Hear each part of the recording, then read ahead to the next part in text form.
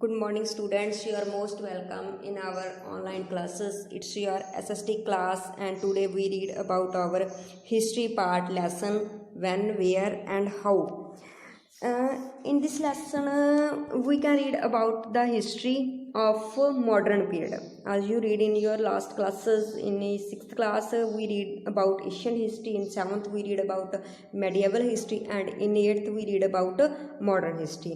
Students, जिस तरह तुहानूं सब नूं पता है कि अपनी हिस्ट्री 3 मेन पीरियड्स दे विच डिवाइड हुई है. देखो जिस तरह अपने जो इंडिया उस दे विच जो मॉडर्न हिस्ट्री आ उस दी स्टार्टिंग जो 18th सेंचुरी दे विच हुई सी after the death of Mughal empire Aurangzeb. And इस तो पहला बाकी जो जिन्नियां भी यूरोप कंट्रीज सीगियां उन्हां दे विच मॉडर्न पीरियड की जो स्टार्टिंग आ वो 16th सेंचुरी दे विच हो चुकी सी. इस देखो हुण आपां अजकल कहने हैगे कि यूरोपन देश जिहड़े ने वो अपने नालों काफ़ी अगे ने. वो जानी कि जिन्हां देशां ने अपने तो पहलां तरक्की कीती सी, अपने नालों पहलां फ्रंटियर सीगे, तो उत्थे जिहड़ा हैगा मॉडर्न पीरियड का आरंभ जल्दी होया, अपने थोड़ा लेट होया. जदों उस समय उत्थे मॉडर्न पीरियड सी उस समय अपने मैडिएवल टाइम चल रहा सी. अपने बाबर, हुमायूं, अकबर जो भी रूल्स आपां 7th क्लास पढ़े आ वो सारे किंग्स उस समय अपने उपर की कर रहे सन, रूल कर रहे सन. ठीक है. इस तरह जो औरंगजेब की मौत तो बाद काफ़ी सारे, जिस तरह तुसीं देखो तुसीं दो फ्रेंड्स तुसीं किसी गल नूं लैके आपस विच तुहाडा झगड़ा हो जाता है तो कोई थर्ड आके तुहाडे उपर कहंदा ना ठीक है तुहानूं दोनों नूं डांटण लग जांदा जां तुहाडे दोनों दे उपर किसी तरह की हुकूमत करदा. इस तरह की होया कि जदों औरंगजेब की मौत तो बाद काफ़ी सारे जिहड़े उत्थे छोटे छोटे राजे सीगे उन्होंने आपस विच लड़ना झगड़ना स्टार्ट कर दिता. तो उस समय काफ़ी फॉरन जो कंपनी सीगियां जां फॉरन आपां कह सकते हैं पावर सीगियां वो आईयां. तो उन्हां पावर्स दे आउण दे नाल काफ़ी तरह के रिचुअल्स, काफ़ी तरह के कल्चर जिहड़े सीगे वो इंडिया दे विच नवें कल्चर, नवें आपां कह सकते वैसटर्न कल्चर जो इंडिया दे विच आया. तो उस दे नाल की हैगा कि एजुकेशन का माहौल काफ़ी सुधर गया इंडिया दे विच. जो कि जिन्नियां भी सोशल इवल्स फैले हुए सीगे वो सारे इवल्स जिहड़े सीगे जानी कि जिन्होंने आपां समाजिक कुरीतियां कहने आ वो भी सारियां हौली हौली खत्म होनियां शुरू हो गई. तो इस तरह जदों उन्होंने आके अपनी इंडस्ट्री इत्थे स्थापित कीतियां, उन्होंने आपां नूं एजुकेशन दी, तो जो इंडिया के लोग सीगे उन्होंने मन विच भी की हैगा कि आप कह सकते हैं कि उन्होंने मन विच भी क्रांति की भावना पैदा हुई. तो उन्होंने हौली हौली अपने देश को आज़ाद कराउण वास्ते स्कीमां कढनियां, अपने देश को आज़ाद कराउण वास्ते अंदोलन करने शुरू कर दिते. तो उन्होंने कोशिश करके 1947 में साडा देश जिहड़ा सीगा वो इन्हां सारियां विदेशी पावरां तो की जिहड़ी मेनली ब्रिटिशर्स तो की हो गया, आज़ाद हो गया.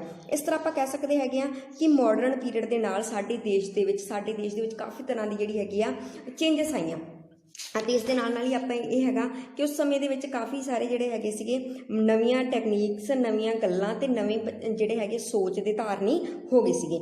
ਇਹਨਾਂ ਬਾਰੇ ਸਾਨੂੰ ਜ਼ਿਆਦਾਤਰ ਪਤਾ ਜਿਹੜਾ ਲੱਗਦਾ ਹੈਗਾ ਇਹਨਾਂ ਮਾਡਰਨ ਹਿਸਟਰੀ ਦੇ ਜ਼ਿਆਦਾਤਰ ਆਪਣੇ ਕੋਲ ਸੋਰਸ ਕੀ ਨੇ, ਬੁੱਕਸ, ਉਸ ਸਮੇਂ ਦੀਆਂ ਕੁਝ ਬੁੱਕਸ ਤੋਂ, ਕੁਝ ਗਵਰਨਮੈਂਟ ਡਾਕੂਮੈਂਟਸ ਤੋਂ, ਨਿਊਜ਼ਪੇਪਰ, ਹਿਸਟੋਰੀਕਲ ਬਿਲਡਿੰਗਸ, ਕੋਈ ਪੇਂਟਿੰਗ, ਸਕਲਪਚਰਸ, ਇਹਨਾਂ ਸਾਰੀਆਂ ਚੀਜ਼ਾਂ ਤੋਂ ਆਪਾਂ ਜੋ ਹੈਗਾ ਉਸ ਸਮੇਂ ਦੀ ਮਾਡਰਨ ਹਿਸਟਰੀ ਹੈ ਉਸ ਦੇ ਬਾਰੇ ਨੌਲੇਜ ਲੈ ਸਕਦੇ ਹਾਂ ਕਿ ਉਸ ਸਮੇਂ ਦੇ ਲੋਕ ਕਿਸ ਤਰ੍ਹਾਂ ਰਹਿੰਦੇ ਸੀ, किस तरह गवर्नमेंट डॉकूमेंट्स तैयार होंदे सीगे.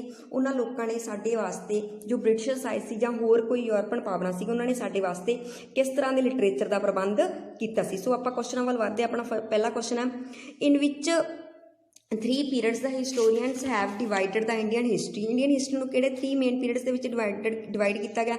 तुहानूं जिस तरह सब नूं दस्सिया होया ancient, medieval and modern. When modern period started in India, जिस तरह तुहानूं फर्स्ट स्टार्टिंग दे विच दस्सिया गया सी मॉडर्न पीरियड कदों स्टार्ट होया.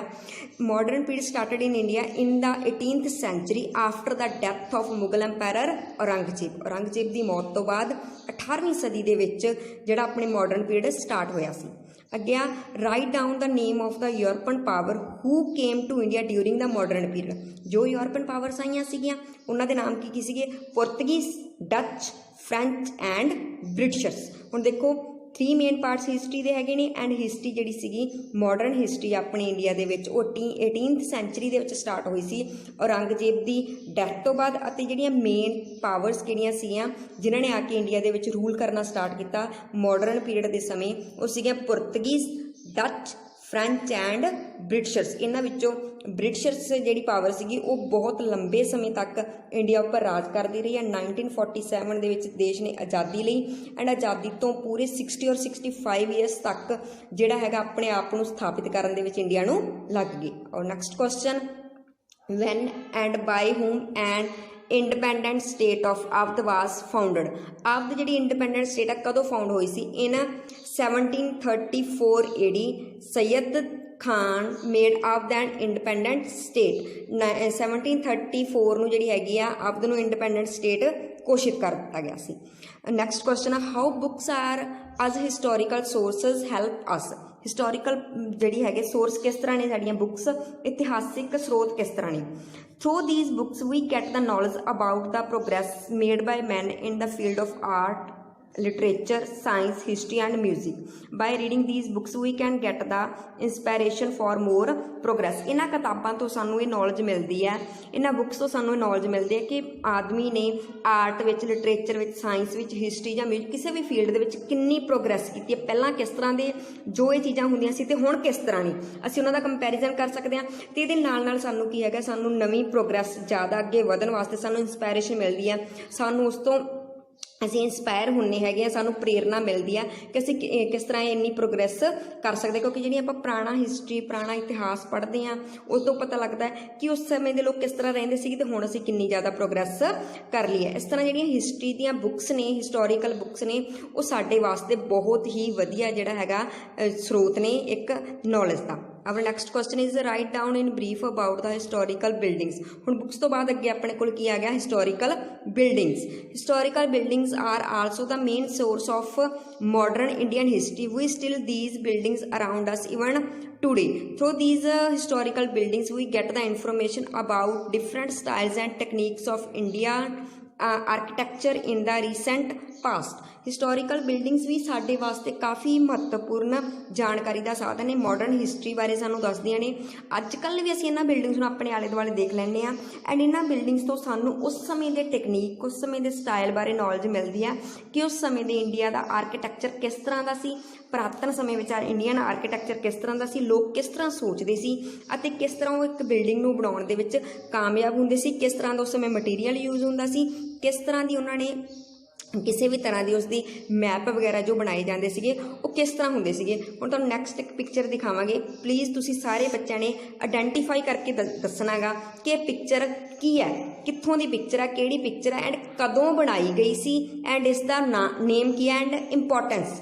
इस पिक्चर के कुछ ना कुछ इंपॉर्टेंस जरूर है, तुसी सब ने वो की हैगी नोट डाउन करके रखनी है अपनी कॉपीज उपर। Next question is write a note on government document. जो सरकारी डॉक्यूमेंट्स होंदे सी उन्हां ते लिखो। Government documents are important source of modern Indian history. By studying these we get the knowledge of the mutual relations and the way how the Britishers control the Indian states. Government documents एक ਜਿਹੜੇ ਸਰਕਾਰੀ ਜਿਹਨੂੰ ਆਪਾਂ ਕਹਿ ਸਕਦੇ ਦਸਤਾਵੇਜ਼, ਇਹ ਉਹ ਸਾਰੇ ਇੰਪੋਰਟੈਂਟ ਸੋਰਸ ਨੇ ਇੰਡੀਅਨ ਹਿਸਟਰੀ ਦਾ।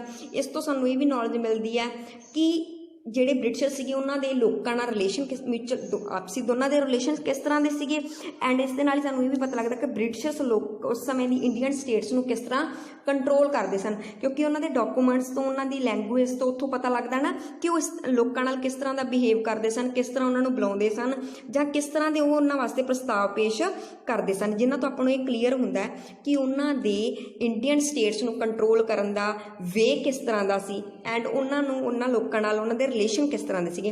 तो नैक्सट पिक्चर विच तुसी एक ये देख रहे हो, एक गवर्नमेंट डॉकूमेंट आ इन्फ्लूएंजा। इन्फ्लूएंजा एक बीमारी सी जिसनूं कंट्रोल करने वास्ते डॉकूमेंट जिहड़ा सरकारी दस्तावेज है सारे लोगों वास्ते भेजा गया सी। जिस तरह अजकल अपने देश में एक बहुत ही भयंकर बीमारी चल रही है, उस वास्ते भी गवर्नमेंट जिहड़े टाइम टू टाइम आपां नूं कुछ दे रही है ना इंस्ट्रक्शनस, उस तरह के इंस्ट्रक्शन से उस तरह के डॉकूमेंट्स जिस तो सानू उस समय की गवर्नमेंट के लोगों नाल way of talking and way of behave बारे पता लगता है। ठीक है, सो स्टूडेंट्स प्लीज़ तुसी सारे ने अपनियां नोटबुक्स बहुत चंगी तरह प्रिपेयर करनी, उन्हां ते हल्की जो डेकोरेशन करनी है, क्वेश्चन आंसर लिखण तो बाद लाइन छड्डनी है एंड बहुत चंगी तरह अपनी नोटबुक्स नूं प्रिपेयर करके ना वीडियोज़ नूं देख के अपना काम करना। Thank you, have a good time.